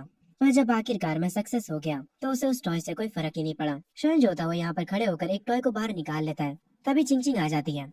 शोन वो प्लशी उसे दे देता है। वो कहता है, ये तुम्हारा बर्थडे गिफ्ट है। पर फिर वो वापस ले लेता और कहता है, ठीक है, इसे तुम मत लो। पर चिंग चिंग वो प्लशी उससे छीन लेती है और कहती है, मूवी के पैसे मैंने दिए थे और अब तुमने मुझे प्लशी दे दिया, अब हिसाब बराबर हुआ। शोन भी कहता है, हाँ ठीक है, चलो अब यहाँ से चलते हैं। शोन चिंग चिंग को उसकी कार में बैठा देता है और उसे बाय बोलता है। मिस वांग जो की कार के अंदर बैठी होती है, वो कहती है, तुम्हारी मॉम का मुझे कॉल आया था, वो आज रात वापस आ रही है और शायद से तुम्हारे डैड भी आएंगे। ये सारी बातें सुनकर चिंग चिंग काफी खुश होती है। उसने जो शोन के साथ फोटो ली थी वो उस फोटो को अपने वॉलपेपर पर लगा लेती है। हम देखते हैं चिंग चिंग की मॉम अपने घर वापस आ चुकी होती है और वो अपने साथ एक गिफ्ट भी लाई होती है। चिंग चिंग भी अपने घर वापस आ चुकी होती है। उसकी मॉम उसके पास जाती है और कहती है, चिंग चिंग आखिर ये शोन है कौन? चिंग चिंग कहती है, मैंने आपको कहा तो था, वो मेरा बॉयफ्रेंड है, ये देखिए, ये उसने मुझे गिफ्ट दिया है। उसकी मॉम कहती है, क्या हमने तुम्हें कभी किसी चीज की कमी होने दी है? तुम हमसे इतनी बदतमीजी कैसे कर सकती हो? चिंग चिंग चिल्लाते हुए कहती है, आपने सही कहा, सब मेरी ही गलती है, अगर मैं पैदा ही ना होती तो ये सब होता ही ना। ये कहकर चिंग चिंग अपने रूम में चली जाती है और अपने रूम में जाकर रोने लगती है। उसकी मॉम को ये देखकर बुरा लगता है। तभी उसके डैड आ जाते हैं और वो कहते हैं, तुमने पता करा क्या मैटर है? ये शोएन और चिंग चिंग वाला। चिंग चिंग की मॉम उसके डैड पर चिल्लाते हुए कहती है, ये सब तुम्हारी गलती है, तुम उसका बर्थडे भूल गए। उसके डैड कहते हैं, जरा देखो तो बोल कौन रहा है, तुमने उससे कुछ पूछा भी है? उसकी मॉम कहती है, नहीं, वो सीधी तरह से जवाब नहीं दे रही है। उसके डैड कहते हैं, तो अब हम क्या करेंगे? चिंग चिंग की मॉम कहती है, मैं खुद से उस शोएन नाम के लड़के को ढूंढूंगी और उससे इस बारे में बात करूंगी। सीन शिफ्ट होता है शोएन के ऊपर, जो कि अपनी शॉप पर होता है।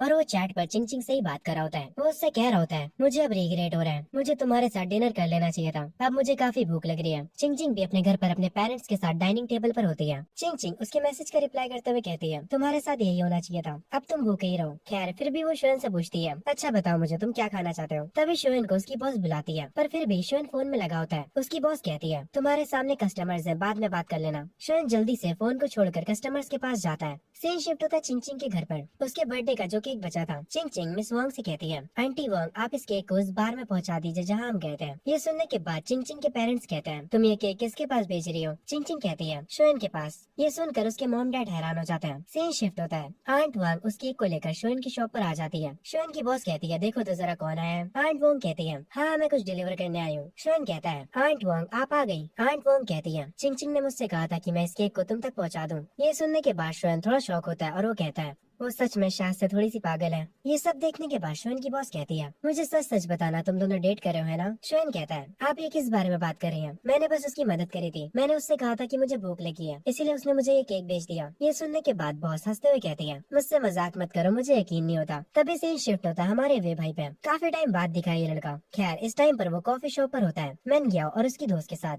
वे उनसे पूछता है, तो तुम दोनों को मुझसे क्या काम है। मैन ग्याओ कहती है, मुझे बताओ कि आजकल शोएन क्या कर रहा है। वे बताता है कि वो पार्ट टाइम जॉब कर रहा है। ये सुनने के बाद मैन ग्याओ की दोस्त कहती है, मैं अब सब समझ गई, वो गरीब हो चुका है इसलिए तुम्हें इग्नोर कर रहा है। वैसे भी लड़कियों के पीछे भागने में पैसे खर्च होते हैं। वह ये सुनकर कहता है, नहीं नहीं तुम बिल्कुल गलत सोच रही हो, वो अपने आने वाले ड्राइविंग टेस्ट के लिए बिजी है, वो हमारे साथ अब गेम भी नहीं खेलता। मैन ग्याओ कहती है, तो वो मुझे इग्नोर क्यों कर रहा है। तभी सीन शिफ्ट होता है शोएन पर, जो कि अपने रूम में बैठा चैट पर चिंग चिंग से बातें कर रहा होता है। वो उसे कल के केक के लिए शुक्रिया बोलता है। चिंग चिंग भी उससे बातें करते हुए उसके रिप्लाई में कहती है, वो केक बहुत ही ज्यादा बड़ा था इसीलिए हम उसे खत्म नहीं कर पाए। तब मुझे समझ आया कि मैं उस केक को तुम्हें भी भेज सकती हूँ। शोएन चैट पर उससे पूछता है, चिंग चिंग तुम्हारे और दोस्त नहीं है क्या। ये सुनने के बाद चिंग चिंग थोड़ा शांत हो जाती है और कहती है, तुम्हें इससे क्या मतलब। शोएन कहता है, ऐसा लगता है मैंने सच बोल दिया, कल के केक की वजह से मैं तुमसे अच्छे से बोल रहा था, मैं तुम्हारा एक अच्छा दोस्त बन सकता हूँ। चिंग चिंग कहती है, तुम्हारा शुक्रिया पर इसकी जरूरत नहीं है। शोएन अपने बेड पर लेट जाता है और पूछता है, तुम क्या कर रही हो। चिंग चिंग बोलती है, तुम्हारा इससे क्या मतलब है। शोएन कहता है, मैं बस क्यूरियस हूँ तुम्हारे जैसे अमीर बच्चे अपना टाइम पास कैसे करते हैं। वो कहती है कि मैं कॉमिक्स पढ़ती हूँ, क्या तुम्हें भी वो पसंद है। शोएन कहता है, हाँ मुझे बहुत पसंद है। शोएन कहता है, मैंने जो कॉमिक्स पढ़ी है वो तुमने भी कभी नहीं पढ़ी होंगी। ये सुनने के बाद चिंग चिंग कहती है,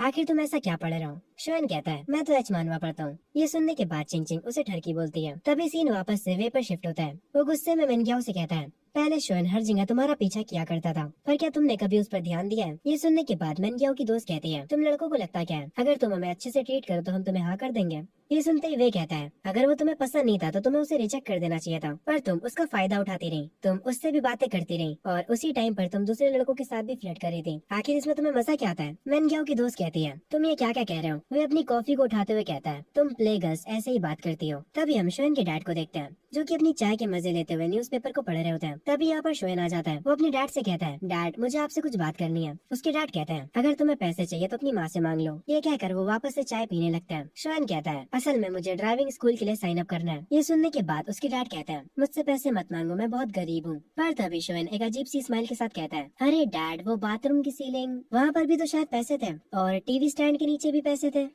मुझे पता है कि आप पिछले 6 महीनों से पैसे जमा कर रहे हो। ये सुनते ही उसके डैड की चाय गिर जाती है और वो कहते हैं, तुम्हें ये सब कैसे पता। शोएन बस हंसता है। उसके डैड कहते हैं, ठीक है मैं कल लिविंग रूम के टेबल पर पैसे रख दूंगा। ये सुनने के बाद शोएन कहता है, ये हुई ना बात, मैं अब काम पर जा रहा हूँ। तभी वापस से सीन वे पर आता है। वो मिनग्याओ और उसकी दोस्त से कहता है, तुम लोग पागल हो, पता नहीं किस तरह का लॉजिक इस्तेमाल कर रहे हो। मिनग्याओ वे से कहती है, शोएन को मत बताना कि तुम मुझसे मिले थे और मुझे बताओ कि वो कहाँ पर काम करता है। वह उसकी बातों का जवाब नहीं देता और उसे इग्नोर करके यहाँ से जाने लगता है। वे अपनी ही बातों में लगा हुआ था। वो सोच रहा था यहाँ की दूध वाली चाय पहले जैसी नहीं रही। मिनग्याओ की दोस्त मिनग्याओ से कहती है, तुम ज्यादा सोचना बंद करो, कॉलेज में और भी क्यूट क्यूट लड़के मिलेंगे, शोएन को तुम्हें खोने के बाद पछतावा जरूर होगा। मिनग्याओ कहती है, मैं बस ये जानना चाहती हूँ कि वो अचानक से क्यों बदल गया। तभी सीन शिफ्ट होता है चिंग चिंग की मॉम के ऊपर, जो कि शोएन के बार के सामने पहुंच चुकी होती है। वो आंट वांग को कॉल करती है और कहती है, मैं उस लड़के के बार के पास आ चुकी हूँ, अगर चिंग चिंग बाहर निकले तो मुझे तुरंत बता देना। ये कहकर वो फोन रख देती है। वो उस बार के अंदर जाने लगती है। वो बार के अंदर जाते ही बॉस को और एक वेट्रेस को देखती है और उस बार के अंदर सिर्फ एक ही लड़का होता है जो कि काम कर रहा होता है। उस लड़के को तुरंत देखते ही चिंग चिंग की मॉम समझ जाती है कि यही लड़का उनकी लड़की का बॉयफ्रेंड है। उसकी मॉम उससे जाकर कहती है, तुम्हारा नाम शोएन है ना। शोएन कहता है, हाँ वो मेरा ही नाम है, पर आप कौन है। वो जाकर एक टेबल के पास बैठने लगती है और कहती है, मैं चिंग चिंग की मॉम हूँ, क्या हम थोड़ी देर के लिए बात कर सकते हैं। शोयन बिना कुछ कहे उनके पास जाकर बैठ जाता है। बॉस ये सीन देखकर वेट्रेस से कहती है, ये लो आ गई मुसीबत। चिंग चिंग की मॉम कहती है, तो मुझे बताओ तुम मेरी बेटी से कहाँ पर मिले थे? शोयन कहता है, हम एक लेक के पास मिले थे और फिर इस बार में एक बार मिले थे और मैं उससे तीसरी बार उसके बर्थडे पर मिला था। ये सुनने के बाद उसकी मॉम कहती है, तो तुम बस मेरी बेटी से 3 बार ही मिले हो और तुम लोग अभी से डेट करने लगे। ये सुनने के बाद शोयन कहता है, आंटी आप अपनी खुद की बेटी को नहीं जानती क्या? क्या उसकी पर्सनैलिटी ऐसी है कि एक लड़के से 3 बार मिलने के बाद वो उसे डेट करने लगेगी? चिंग चिंग की मॉम शोयन को देखने लगती है। उनकी आंखें सरप्राइज से भरी होती हैं। शोयन उनसे काफी अच्छे से बात कर रहा होता है। खैर तभी अचानक से चिंग चिंग की मॉम कहती है, मुझे बताओ तुम कौन से कॉलेज में जाना चाहते हो? शोयन कहता है, मैं शंघाई में जाना चाहता हूँ, जो कि स्कूल ऑफ फाइनेंस है। ये सुनने के बाद चिंग चिंग की मॉम कहती है, तुम एक आम लड़के हो, तुम्हारे लिए फाइनेंस चुनना एक स्मार्ट चॉइस नहीं है। ये सुनने के बाद शोयन कहता है, मेरा गोल है बहुत अमीर बनने का। ये सुनने के बाद चिंग चिंग की मॉम के चेहरे पर एक अजीब सी स्माइल आती है और वो अपने मन में कहती है, इसकी हाइट भी अच्छी है और इसका फेस भी और इसकी पर्सनैलिटी भी। अगर ये सच में अपने सपनों को पूरा कर लेता है तो शायद से मैं हाँ कर दूँ। खैर आगे वो शोयन से कहती है, मैं यहाँ पर तुम्हें ब्लेम करने नहीं आई थी। मुझे कोई दिक्कत नहीं अगर तुम चिंग चिंग के दोस्त हो तो, पर मैं उम्मीद करती हूँ कि तुम लाइंस को क्रॉस नहीं करोगे। तुम एक स्मार्ट बच्चे हो, तुम्हें पता होगा मेरा क्या मतलब था इससे। शोयन कहता है, फिक्र मत करिए आंटी, मैं सब समझ गया। चिंग चिंग की मॉम अपना फोन उठाती है और कहती है, क्या हम एक दूसरे को वीचैट पर ऐड कर सकते हैं? शोयन हाँ कर देता है। उसके बाद वो उस म्यूजिक बार से निकल आती है। वो अपनी कार में बैठी होती है और काफी ज्यादा थकी हुई लग रही होती है। तभी सीन शिफ्ट होता है वे पर, जो कि अपने घर पर बैठा गेम खेल रहा होता है। असल में वो कॉल पे शोयन से बात कर रहा होता है। शोयन दूसरी तरफ से कहता है, वे चलो चलते हैं, कल ड्राइविंग स्कूल के लिए साथ में साइन अप करते हैं। ये सुनने के बाद वे कहता है, इतनी जल्दी? शोयन कहता है, जितनी जल्दी हम ये कर लेंगे उतनी ज्यादा हमारी टेंशन कम होगी। वह कहता है, ठीक है मैं अपने पेरेंट्स से पूछकर बताता हूँ। तभी सीन शिफ्ट होता है चिंग चिंग के घर पर। वो कुछ खा रही होती है, तभी उसकी मॉम आती है। वो अपनी बेटी से ऐसे ही कुछ बातें करती हैं। फिर आगे वो उससे पूछती हैं, तो तुम्हें कौन से कॉलेज जाना तुमने चूज करा? चिंग चिंग कहती है, मैं शंघाई में जा रही हूँ। ये सुनने के बाद उसकी मॉम अपने मन में कहती है, ये तो वही कॉलेज है जिसमें वो लड़का शोयन जा रहा है। वो अपनी बेटी से दोबारा पूछती है, क्या तुमने सच में डिसाइड कर लिया है? चिंग चिंग बालकनी की ओर जाते हुए कहती है, हाँ मैंने डिसाइड कर लिया है। हम वे को देखते हैं जिसको लेने के लिए शोयन आया होता है अपनी स्कूटी पर। वह उससे कहता है, तुम कुछ ज्यादा ही जल्दी नहीं आ गए? जल्दी पीछे बैठ जा, हमें चलना भी है। वह बताता है कि उसके डैड ने उसे 2800 युआन दिए हैं। शोयन बताता है, मेरे डैड ने मुझे 3500 दिए हैं। तेरे और मेरे पैसे मिलाकर 700 तो हो ही जाएंगे। ये हमारा पहला स्टेप होने वाला है मिलियनेयर बनने की ओर। वो लोग हंसते हुए जा रहे होते हैं। आगे ये लोग ड्राइविंग स्कूल पहुंच जाते हैं। वहाँ का कोच कोल्ड ड्रिंक पी रहा होता है। वो उन दोनों से कहता है, पहले जाओ और रास्ते की फील लेकर आओ। वे पहले गाड़ी में बैठता है और टेस्ट देने के लिए रेडी हो जाता है। शोयन पीछे वाली सीट पर बैठा होता है। वे कार ऑन करते हुए बोलता है, हे शोयन तू ट्राई करना नहीं चाहेगा? शोयन कहता है, नहीं मेरे लिए ड्राइव करना इजी है। ये सुनने के बाद कोच कहते हैं, बच्चे चीजों को देखना और उन्हें खुद से ट्राई करना अलग होता है। ये सुनने के बाद शोयन कहता है, अंकल क्या आपने लॉन्च कंट्रोल और ड्रिफ्टिंग के बारे में सुना है? ये सुनने के बाद वे और वो कोच दोनों ही हैरान हो जाते हैं। कोच हंसते हुए कहता है, बच्चे बकवास बंद करो और हमें दिखाओ अगर तुम ये सच में कर सकते हो तो। वो कोच कहता है, ये लो चाबी और ट्राई करना चाहोगे? शोयन कहता है, हाँ क्यों नहीं, चलो वे ड्राइवर की सीट से उतरो, मुझे ट्राई करने दो। शोयन ड्राइविंग सीट पर आकर बैठ जाता है। वे काफी चिंता में होता और कहता है, शोयन क्या तुम सच में ये कर लोगे? तुम हमें ठोक तो नहीं दोगे ना कहीं? शोयन कहता है, रिलैक्स कर यार, तुझे पता तो है मैं अपनी जान जोखिम में नहीं डालता मजे के लिए। चलो अंकल अब मैं तुम्हें दिखाता हूँ लॉन्च कंट्रोल। वो कोच कहता है, अगर तुमने रिवर्स में पार्किंग कर ली तो तुम यहाँ पर आकर कभी भी प्रैक्टिस कर सकते हो। शोयन कार को ऑन करता है और एक ही ट्राई में रिवर्स पार्किंग कर लेता है, जिसे देखकर वो कोच हैरान रह जाता है और वे भी। वो उससे कहता है, शोयन क्या तुम छुप छुप कर कार चलाना सीख रहे थे? शोयन कहता है, नहीं यार मुझ में बस नेचुरल टैलेंट है। ये कहकर वो दोनों टेस्ट देकर बाहर आ जाते हैं। वे अभी तक हैरान होता और कहता है, तुमने साइन अप करते ही रिवर्स पार्किंग कर ली, तुम कमाल के हो यार। अगर तुम पास हो गए और मैं फेल हो गया तो ये काफी शर्म की बात होगी। शोयन कहता है, अरे नहीं यार तुम भी पास हो जाओगे और फिक्र मत करो, तुम्हें और भी मौके मिलेंगे मेरे सामने एम्बेरस होने के। तभी शोयन को किसी को कॉल आता है। वो कॉल को उठाता है और कहता है, कौन बोल रहा है? और वो कॉल असल में चिंग चिंग के फादर का होता है। शोयन उनसे कहता है, अंकल मेरी पहले ही चिंग चिंग की मदर से बात हो चुकी है, क्या आपको किसी और चीज के बारे में बात करनी है? तभी चिंग चिंग के फादर कहता है, क्या तुम आज शाम फ्री हो? मुझे तुमसे कुछ बात करनी है, मुझे बस अपना एड्रेस भेज दो, मैं तुम्हें लेने के लिए एक ड्राइवर को भेज दूंगा। शोयन उन्हें बता देता है कि वो ड्राइविंग स्कूल में अभी, और ये कहकर वो फोन रख देता है। वे उससे आकर पूछता है, किसका फोन था भाई? शोयन कहता है, अरे मेरे होने वाले ससुर जी का। ये सुनते ही वे हैरान हो जाता है और कहता है, तुम सच में उस लड़की को डेट कर रहे हो? शोयन वे से कहता है, यार तुम खुद से ही घर चले जाना, असल में मुझे कहीं और जाना है। सीन शिफ्ट होता है चिंग चिंग के फादर के ऑफिस में। शोयन वहाँ पर आया होता है। वो शोयन से बैठने के लिए कहते हैं। शोयन कहता है, अंकल चेन मेरे और आपकी बेटी के बीच क्या चल रहा है? मैं वो सारी चीजें उसकी मॉम को समझा चुका हूँ। चिंग चिंग के डैड कहते हैं, मेरी बेटी ने डिसाइड करा कि वो शंघाई म्यूजिक एकेडमी जाना चाहती है। मैं चाहता हूँ कि तुम अलग कॉलेज को चूज करो, पर इस बात पर शोयन मना कर देता है। चिंग चिंग के डैड कहते हैं, इतनी इतनी जल्दी ना मत बोलो। अगर तुम मेरी बात मान लेते हो तो जब तुम ग्रेजुएट हो गए तो मैं एक अच्छी सी जॉब तुम्हारे लिए तैयार रखूंगा। शोएन को ये सुनकर थोड़ा गुस्सा आता है और वो उठकर कहता है, बस क्योंकि मैं उस कॉलेज में जा रहा हूँ जिसमें आपकी बेटी जा रही है। आप चाहते हो कि मैं अपना कॉलेज बदल लूँ? अंकल चेन, क्या आप मुझे नीचा दिखा रहे हैं? आपकी बेटी और मेरे बीच कुछ भी नहीं है। हमारी तो जल्दी एक दूसरे से बात होना भी बंद हो जाएगी। पहले मैं हमेशा उस तरह जीता था जैसे लोग कहते थे, पर अब मैं एक अलग जिंदगी जीना चाहता हूँ। अब अगर कोई मुझे कोई काम करने को मना करता है तो मेरा उस काम को करने का और मन करता है। ये कहकर शोएन जाने लगता है। वो जाते जाते कहता है, आप जब भी लोगों से बात करते हो तो क्या आप खुद को उनसे अपर लेवल का समझते हो, या तो सिर्फ ये तब होता है जब आप मेरे जैसे किसी से बात कर रहे हो? ये कहने के बाद शोएन यहाँ से चला जाता है। अंकल चेन सोच में पड़ जाते हैं। वो तुरंत चिंग चिंग की मॉम को कॉल करते हैं और उनसे कहते हैं, मैंने उस लड़के से बात करी और मुझे ऐसा लगता है कि मैंने चीजों को और खराब कर दिया। चिंग चिंग की मॉम उनसे कहती है, मैंने पहले ही कहा था वो आम लोगों जैसा नहीं है। तुम उससे खुद से बात करना चाहते थे है ना, और अब तुमने कर ली और देखो क्या हो गया। अब तुम अपनी बेटी से क्या कहोगे? ये कहकर वो कॉल काट देती है। चिंग चिंग अपने घर पर बैठी गिटार बजा रही होती है। तभी उसके फोन पर शोएन का मैसेज आता है और उस मैसेज में वो कहता है, क्या तुम आज बार में आओगी? मेरा आज गिटार बजाने का मन कर रहा है। चिंग चिंग कहती है, मुझे टाइम बताओ। शोएन कहता है, मैं म्यूजिक बार में 11 बजे तक रहूंगा। अगर तुम आती हो तो मैं ओरिजिनल सॉन्ग बजाऊंगा तुम्हारे लिए। ये सुनते ही चिंग चिंग थोड़ा हैरान होती है। वो अपने मन में कह रही होती है, ओरिजिनल सॉन्ग? उसके बाद वो उसके मैसेज का रिप्लाई करते हुए कहती है, ठीक है मैं आऊंगी। शोएन कहता है, ठीक है मैं तुम्हारा इंतजार करूंगा। चिंग चिंग काफी खुश लग रही होती है। तभी से शिफ्ट होता है बार में। चिंग चिंग अपने गिटार के साथ वहाँ आ जाती है। शोएन उसे देखने के बाद कहता है, तो तुम आ गई, जहाँ मन चाहे बैठ जाओ। मैं तुम्हारे लिए पानी लेकर आता हूँ और फिक्र मत करो, इस बार मैं तुम्हारे कप से पानी नहीं पीऊंगा। ये सुनने के बाद चिंग चिंग ब्लश करने लगती है। आगे वो उसे पानी लाकर देता है और उसके सामने बैठकर कहता है, चिंग चिंग पहले तो मैं तुमसे माफी मांगना चाहूंगा। मेरी तुम्हारे डैड से बात हुई थी आज शाम में। उन्होंने कुछ ऐसी चीजें कही थी जिससे मुझे काफी गुस्सा आया था। मैंने तुम्हें आज इनवाइट इसलिए किया ताकि मैं उन्हें गुस्सा दिला सकूं।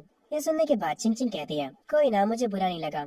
मैं जानती हूँ उन्होंने क्या कहा होगा। उसके बाद चिंग चिंग कहती है, तुमने कहा था कि तुम एक ओरिजिनल सॉन्ग प्ले करोगे मेरे लिए। शोएन उठता है और हंसता है और उससे गिटार मांगता है। तभी यहाँ पर चिंग चिंग की मॉम आ जाती है। वो इधर उधर देखने लगती है। शोएन जाकर स्टेज पर बैठ जाता है और सबसे कहता है, मैं अब एक ओरिजिनल सॉन्ग गाने जा रहा हूँ। ये गाना होने वाला है अगर एक दिन मैरिज बन गया तो। चिंग चिंग की मॉम उसके पास आकर बैठ जाती है। ये सुनने के बाद चिंग चिंग हंसती है। उसके बाद शोएन गाना शुरू करता है। वो उस जगह पर सबका ध्यान अपनी तरफ खींच लेता है। सारे कस्टमर्स को वो गाना सुनकर अच्छा लग रहा होता है। उस म्यूजिक बार में हर कोई एंजॉय कर रहा होता है। शोएन भी अपने सारे इमोशंस के साथ गाना गा रहा होता है। हर किसी की नजरें उसकी तरफ होती हैं। शोएन गाना खत्म करके चिंग चिंग और उसकी मॉम के पास आते हुए कहता है, देखा मैंने आप लोगों से पहले ही कहा था कि मैं एक जीनियस हूँ। चिंग चिंग उसकी तारीफ करते हुए कहती है, हाँ तुमने सही कहा, तुम्हारा वो ओरिजिनल गाना काफी अच्छा था। चिंग चिंग की मॉम कहती है, मैं इसके डैड की तरफ से तुमसे माफी मांगती हूँ। शोएन कहता है, कोई बात नहीं, अगर उनकी जगह मैं होता तो मैं भी उनके ही जैसा कुछ करता। वो चिंग चिंग की मॉम को भी पानी देता है और कहता है, मुझे बस उनकी बात करने का रवैया पसंद नहीं आया। वो ऐसे एक्ट करते हैं जैसे वही सबसे ऊपर है, पर सोने के बाद मैं सब कुछ भूल जाऊंगा। चिंग चिंग की मॉम शोएन से उसके सपने और उसके गोल्स के बारे में पूछती है। शोएन एक्साइटेड होकर कहता है, बहुत सारे, मतलब बहुत सारे, मेरा मतलब है बहुत सारे पैसे कमाना। ये सुनने के बाद चिंग चिंग की मॉम कहती है, बहुत सारे से तुम्हारा क्या मतलब है, तुम कितने पैसे कमाना चाहते हो? शोएन कहता है, इतने पैसे कि आपके जो एक्स हस्बैंड है उन्हें मुझसे कोई दिक्कत ना हो। उसकी मॉम कहती है, क्या पैसे तुम्हारे लिए इतने मैटर करते हैं? शोएन कहता है, गरीबों की ज्यादातर प्रॉब्लम्स पैसे न होने की वजह से आती है और आजकल तो चीजें और खराब है। उसकी मॉम कहती है, कैसी चीजें खराब है? शोएन शर्माते हुए कहता है, अरे मेरा मतलब था जैसे शादी के रिश्ते आना और तुम्हें लड़की वाले रिजेक्ट कर देते हैं क्योंकि तुम कम पैसे कमाते हो। ये सुनकर चिंग चिंग की मॉम हंसने लगती है और वो कहती है, तो तुम्हारे हिसाब से एक अच्छा आदमी किसे कहते हैं? उसके पास कौन सी क्वालिटीज होनी चाहिए? शोएन कहता है, मैं आपको एग्जाम्पल के साथ बताता हूँ। एक बंदा है जो कि KFC से $50 का खाना खाना चाहता है। उसके हिसाब से वो खाना बहुत ही महंगा है, पर अगर वही खाना उसकी वाइफ या फिर उसकी बच्ची मांगे तो वो बिना सोचे समझे उन्हें वो खिलाएगा। एक अच्छा आदमी ये होता है। ये लोग काफी देर तक आपस में बातें करते हैं, इतनी देर तक कि ये लोग टाइम देखना भी भूल जाते हैं। आखिर में शोएन इन्हें बाहर तक छोड़ने जाता है। चिंग चिंग की मॉम को धीरे धीरे शोएन पसंद आने लगता है। वो उसे एक्सेप्ट करना स्टार्ट करने लगती है। वो शोएन से कहती है, तुम्हारे साथ बात करके काफी अच्छा लगा। अगर कभी चिंग चिंग तुमसे दोबारा मिलना चाहेगी तो फिक्र मत करो, मैं उसके साथ नहीं आऊंगी। शोएन कहता है,